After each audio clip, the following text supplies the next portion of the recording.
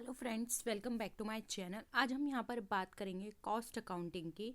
इसमें हम इसके meaning, scope, nature, importance and characteristics के ऊपर क्वेश्चंस को डिस्कस करेंगे। अगर आप चैनल पर नए हैं तो प्लीज़ चैनल को सब्सक्राइब कर लीजिए, साथ ही साथ बेल आइकन पर क्लिक भी ज़रूर कीजिए ताकि आने वाले वीडियो का नोटिफिकेशन आप तक पहुँच पाए। स्टार्ट करते हैं वीडियो को। फर्स्ट क्वेश्चन है एलिमेंट्स ऑफ कॉस्ट आर। अब आपको बताने हैं एलिमेंट्स कॉस्ट के कौन कौन से हैं। मटेरियल, लेबर, एक्सपेंसेस या all of the above. Answer करिए।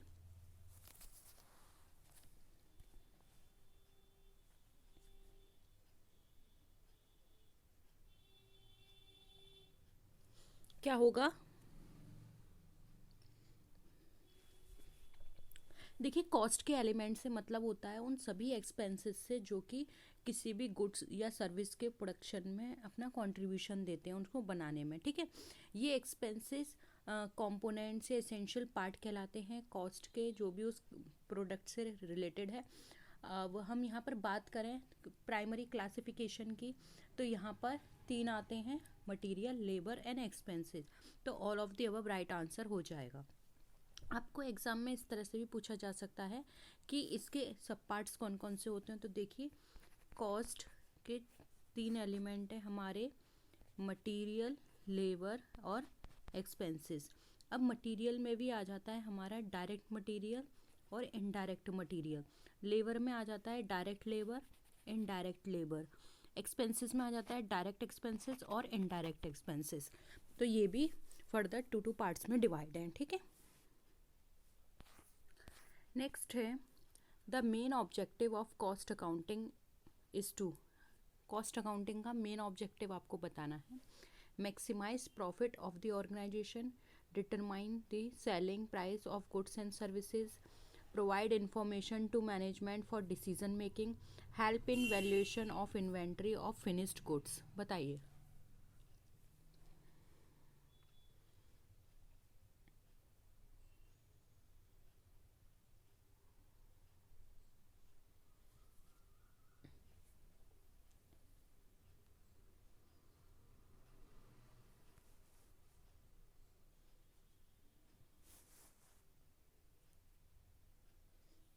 क्या होगा?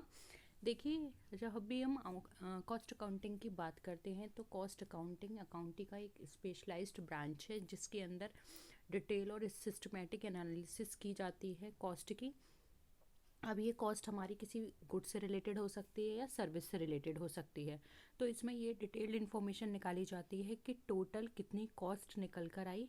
ठीक है, तो ये हम इसमें चेक करते हैं। इसके डिफरेंट ऑब्जेक्टिव्स होते हैं, जैसे कि कॉस्ट को डिटरमाइन करना, कॉस्ट को कंट्रोल करना, प्रॉफिटेबिलिटी को डिटरमाइन करना, सेलिंग प्राइस को डिटरमाइन करना, मैनेजमेंट को गाइडेंस देना कि कितनी कॉस्ट होनी चाहिए ताकि उनका प्रॉपर प्रॉफिट भी बने, कॉस्ट रिडक्शन करना और कंप्लाइंस करना जो भी स्टैट्यूटरी रिक्वायरमेंट्स हैं उनको लेकर। ठीक है, तो यहाँ पर इतने सारे हमने ऑब्जेक्टिव्स पढ़े।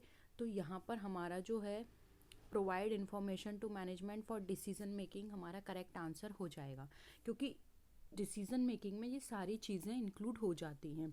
तो ऑप्शन 3 यहाँ पे हमारा राइट आंसर हो जाएगा। आई होप ये क्वेश्चन आपको क्लियर है। नेक्स्ट है cost that is not affected by changes in the volume of production. Total cost, fixed cost, variable cost या अपॉर्चुनिटी कॉस्ट। आंसर करिए।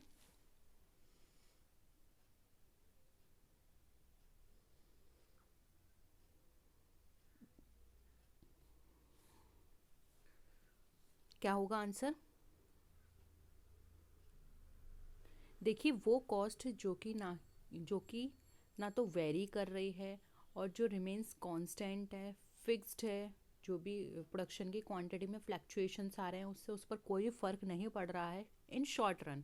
याद रखिए, जो भी हम ये बात कर रहे हैं ये शॉर्ट रन के लिए है। ठीक है, तो शॉर्ट रन में कोई भी इफेक्ट नहीं पड़ रहा उस कॉस्ट पे, वो हमारी कहलाती है फिक्स्ड कॉस्ट। इसको हम पीरियड कॉस्ट के नाम से भी जानते हैं। ये जो कॉस्ट होती है रिलेटेड टू टाइम होती है, इसलिए मैंने यहाँ पे मेंशन किया शॉर्ट टर्म, लॉन्ग टर्म में फिक्स्ड कॉस्ट भी चेंज हो जाती है, हम यहाँ पे शॉर्ट टर्म की बात कर रहे हैं।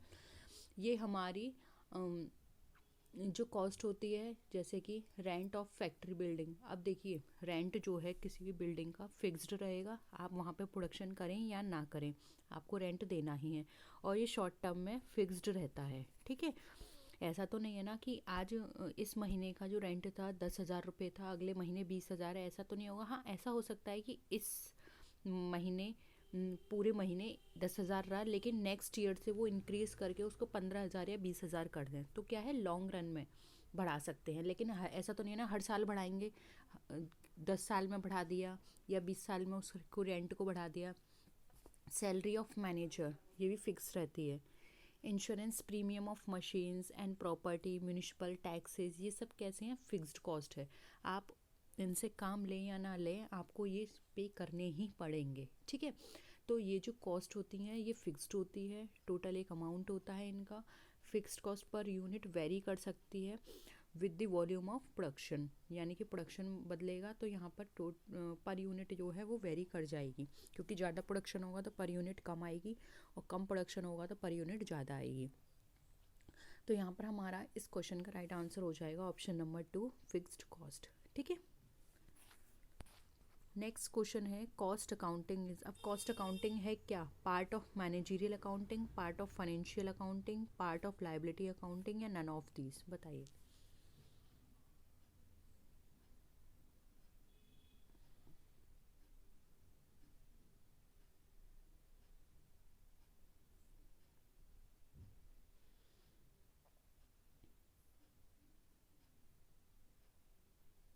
आंसर करिए, क्या होगा आंसर।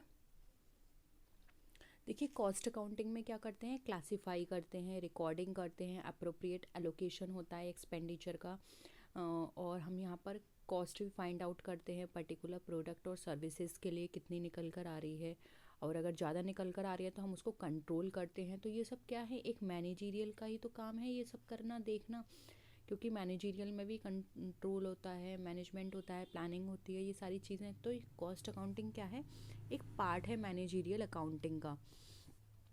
अब मैनेजमेंट अकाउंटिंग के स्कोप की बात करें तो ब्रॉडर हो जाता है, लेकिन कॉस्ट अकाउंटिंग की बात करें तो ये थोड़ा नैरो होता है, ये पूरा फोकस करता है ओनली कॉस्ट पर।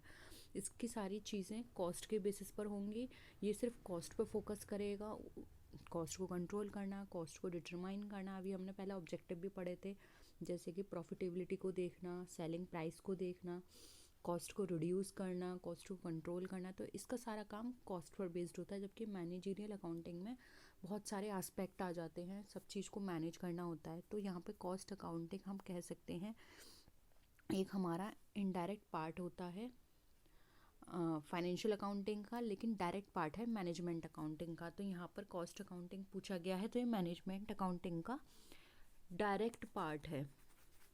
ठीक है, तो ऑप्शन 1 राइट आंसर है।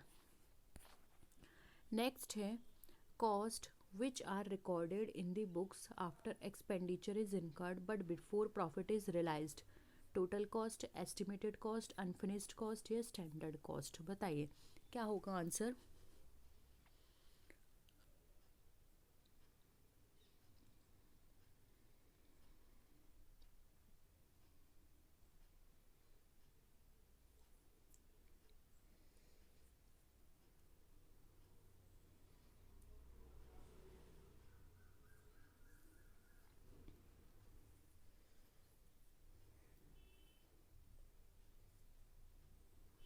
क्या आंसर लगता है।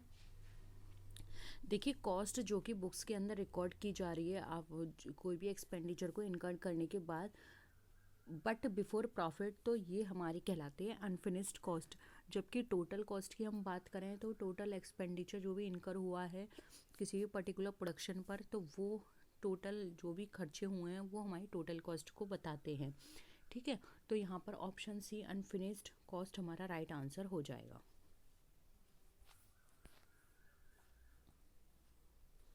नेक्स्ट है the head office of the institute of cost and work accountants of India is located at. अब यहाँ पर आपको बताना है इसका जो हेड क्वार्टर है कहाँ पर है, ICWA का हेड क्वार्टर।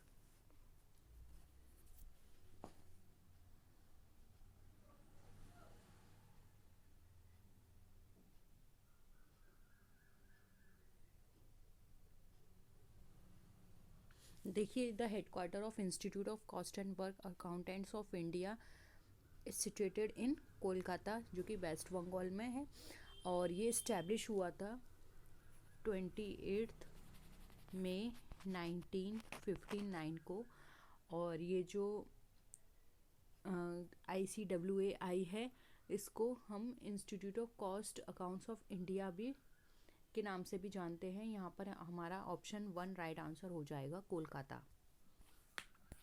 नेक्स्ट है the material utilization rate is the most important factor in determining which of the following, maximum limit, minimum limit, reordering level या ऑल ऑफ द अबव।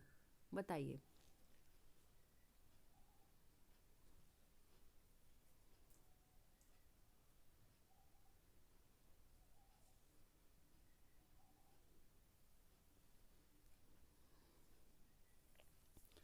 क्या लगता है आंसर?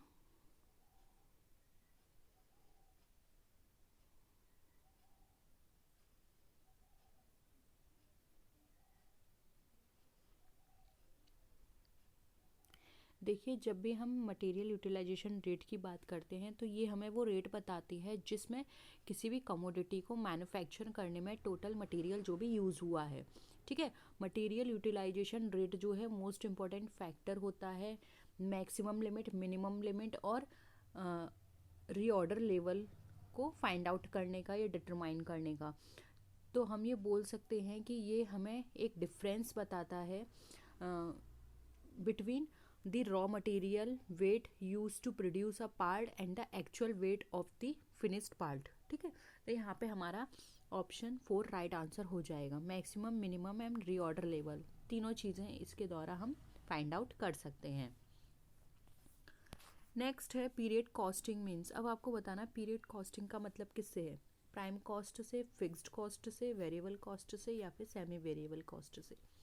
अभी स्टार्टिंग के question में ही मैंने period costing का नाम लिया था कि इसको हम पीरियड कॉस्टिंग भी बोलते हैं। अगर आपने अच्छे से सुना होगा तो आप इजीली इसका आंसर कर पाएंगे। बताइए।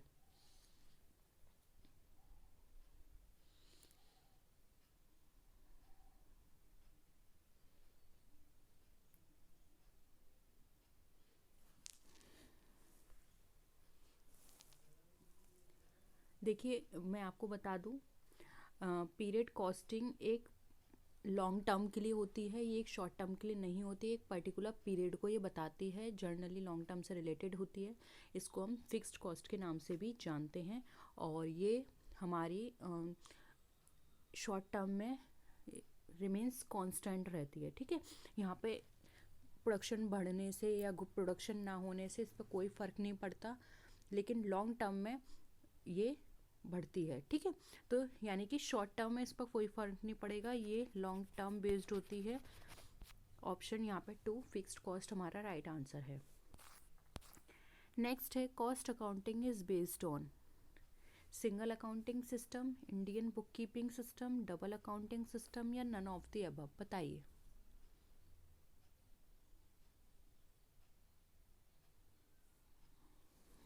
किस पे बेस्ड होती है हमारी कॉस्ट अकाउंटिंग?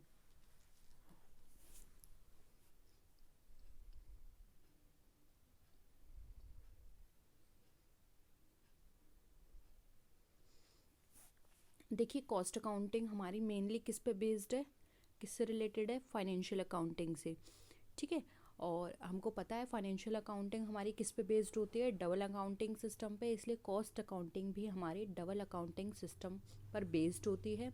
और कॉस्ट अकाउंटिंग में जो भी हम अकाउंट्स प्रिपेयर करते हैं वो कॉस्ट अकाउंटिंग के बेसिस पे ही करते हैं, इसलिए यहाँ पे ऑप्शन हमारा 3rd राइट आंसर हो जाएगा, double accounting system. Next question है under inflationary condition a higher value of inventories assigned under. बताइए।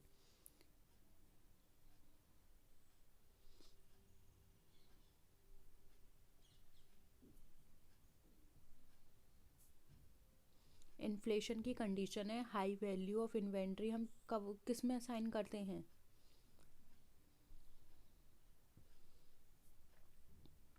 देखिए ये असाइन की जाती है लीफो मेथड में, जिसको हम last in first out method भी बोलते हैं। इस मेथड के अंदर क्या होता है, जो भी लास्ट रिसीव्ड बैच होता है उसको हम यूज़ करते हैं, पहले हम उसको इश्यू करते हैं, उसके बाद जब वो एग्जॉस्ट हो जाता है तब उसके बाद दूसरा लॉट जो है वो यूज़ किया जाता है। इन्फ्लेशनरी पीरियड में क्या होता है, जो भी लीफो, यहाँ पर हम लीफो यूज़ कर रहे हैं तो सबसे पहले हम जो लास्ट में आया है हम उसको पहले मूव करते हैं, जिससे कि हमारे को ज़्यादा लॉस ना लेना पड़े। ठीक है, तो यहाँ पर ऑप्शन हमारा 1 राइट आंसर हो जाएगा, लीफो मेथड।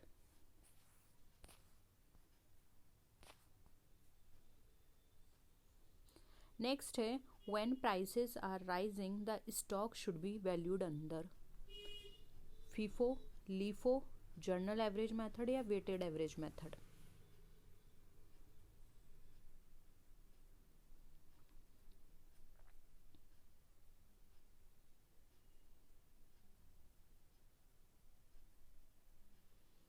अगेन अभी हमने डिस्कस किया था, इसमें हम last in first out method यानी कि लीफो मेथड को यूज़ करते हैं, क्योंकि इन्फ्लेशनरी पीरियड या पीरियड ऑफ राइजिंग, ठीक है, कोई भी सिचुएशन हो यहाँ पे लीफो मेथड यूज़ किया जाता है to ensure the cost of production determine approximately the current rate. ठीक है, तो लीफो स्टॉक जो होता है वो वैल्यूड होता है एट ओल्ड प्राइसेस, लेकिन यहाँ पर हम उसको करंट प्राइसेस पर रिप्रेजेंट नहीं करते हैं।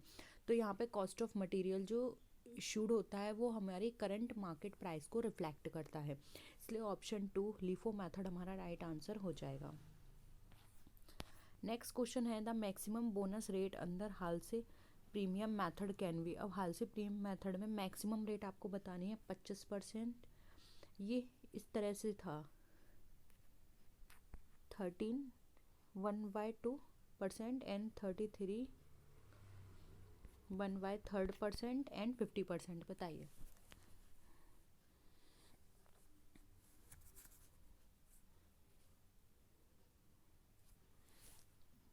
अंडर हाल से प्रीमियम मेथड में आपको बताना है,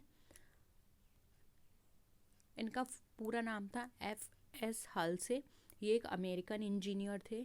इस प्लान के अंदर इन्होंने सजेस्ट किया था कि जो भी बोनस पे किया जाएगा वो टाइम सेव्ड के बेसिस पर किया जाएगा, यानी कितना टाइम सेव कर रहे हैं एम्प्लॉय, तो बोनस पेड जो होगा वो equal to wages of 50% of time saved होगा। ठीक है, तो यहाँ पे ऑप्शन 4 हमारा 50% राइट आंसर हो जाएगा।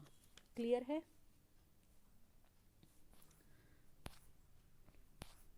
तो आज के लिए यही क्वेश्चंस थे। होप आपको सारे क्वेश्चंस क्लियर हुए होंगे। किसी भी क्वेश्चन में डाउट लगता है तो आप नीचे कमेंट सेक्शन में पूछ सकते हैं। ठीक है, तो एक बार अगर आप इसका बोनस मेथड कैलकुलेट कैसे करना है बोनस वो लिखना चाहते हैं तो लिख सकते हैं, बोनस इक्वल टू जो भी सेव्ड टाइम होगा वो, ठीक है, मल्टीप्लाई बाय रेट पर आर इनटू, ठीक है, तो इस तरह से हमें यहाँ पे 50/100 निकालना है। ठीक है, तो यही था हमारा आज का वीडियो। होप आपको क्वेश्चंस क्लियर हुए होंगे। किसी भी क्वेश्चन में डाउट है तो नीचे कमेंट सेक्शन में बता सकते हैं। हम कोशिश करेंगे नेक्स्ट क्लास में उन क्वेश्चंस को डिस्कस करने का। तो आज के लिए इतना ही। होप आपको सारे क्वेश्चंस क्लियर हुए होंगे। अपने वे फ्रेंड्स का इन क्वेश्चंस को शेयर कीजिए। नेक्स्ट वीडियो में आपसे फिर मिलेंगे, तब तक के लिए टेक केयर, बाय बाय।